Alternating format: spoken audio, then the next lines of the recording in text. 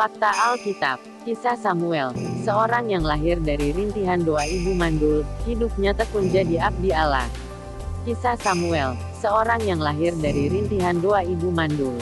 Samuel dalam Alkitab merupakan hakim terakhir sebelum akhirnya Bani Israel memasuki masa kerajaan.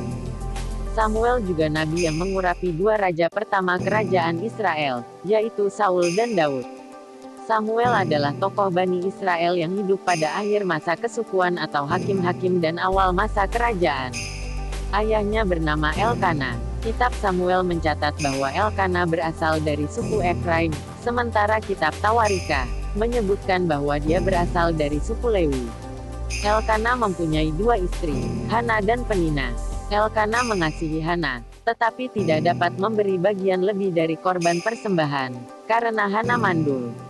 Suatu saat karena tidak tahan lagi, dan setelah mereka memakan hidangan dalam ibadah, Hana berdiri di depan bait suci Tuhan, dengan hati pedih berdoa kepada Tuhan sambil menangis terseduh-seduh.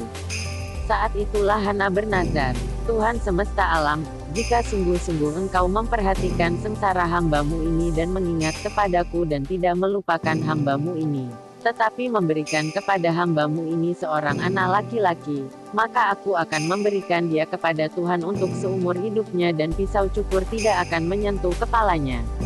Imam Eli, yang bertugas memimpin ibadah di bait suci, waktu itu duduk di kursi dekat tiang pintu bait suci. Ketika Hana terus-menerus berdoa di hadapan Tuhan, maka Eli mengamat-amati mulut perempuan itu, karena Hana berkata-kata dalam hatinya dan hanya bibirnya saja bergerak-gerak, tetapi suaranya tidak kedengaran. Maka Eli menyangka perempuan itu mabuk. Ini dugaan yang masuk akal, karena selama makan minum dalam ibadah biasa disajikan anggur, meskipun dalam jumlah sedikit. Eli menegur dan menasehati Hana supaya melepaskan diri dari mabuk-mabukan.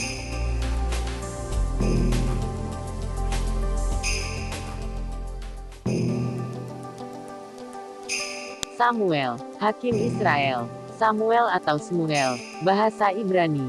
Semu beria Semuel, Allah, mendengar, yaitu seorang pemimpin penting dalam sejarah Israel kuno.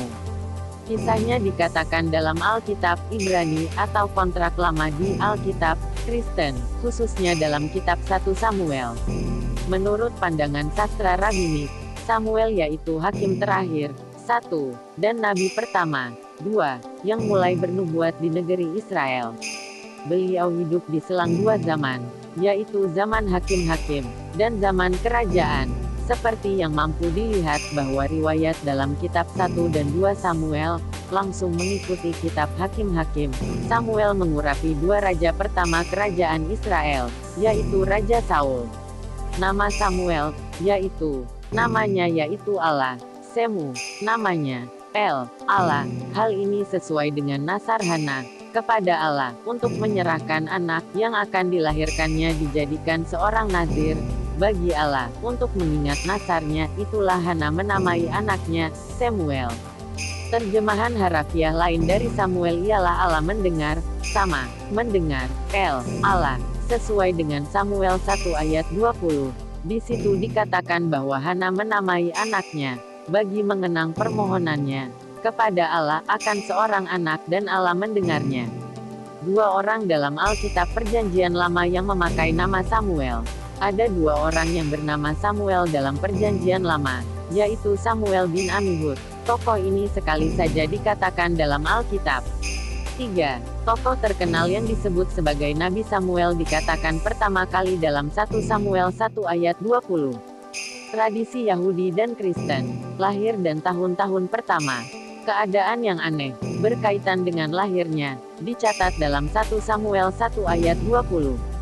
Hana, seorang dari dua istri Elkana, yang berkunjung ke Silo, untuk berdoa kepada Tuhan, dengan sungguh-sungguh memohon kepada Allah supaya dia mampu dijadikan ibu dari seorang anak lelaki. Doanya ternyata dikabulkan, dan setelah anak itu disapi dia membawanya ke Silo dan mempersembahkannya kepada Tuhan, sebagai seorang nazir Allah, untuk seumur hidupnya. 4. Di sini segala kebutuhan fisiknya serta pendidikannya diperhatikan oleh kaum perempuan yang melayani di kemah suci, sementara Eli mengawasi pendidikan keagamaannya. Demikianlah, barangkali sekitar 12 tahun dari hidupnya. Tetapi Samuel yang muda itu, semakin agung dan semakin disukai, baik di hadapan Tuhan maupun di hadapan manusia. 5. Pada saat itu pula terjadi kemerosotan moral yang hebat di Israel. 6. Filistin. Bangsa Filistin, yang akhir-akhir ini bertambah jumlah dan kekuatannya, praktis merupakan tuan atas negeri itu dan mereka memperhamba bangsa Israel. 7. Pada saat ini wujud komunikasi baru dari Allah mulai terjadi atas diri anak kecil yang saleh ini.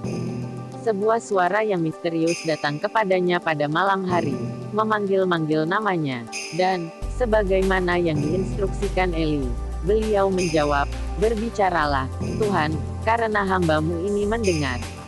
Kemasyhuran dan pengaruh. Pesan yang datang dari Tuhan berisi berita kehancuran Eli dan anak-anaknya yang jahat. Samuel menyampaikan semuanya kepada Eli.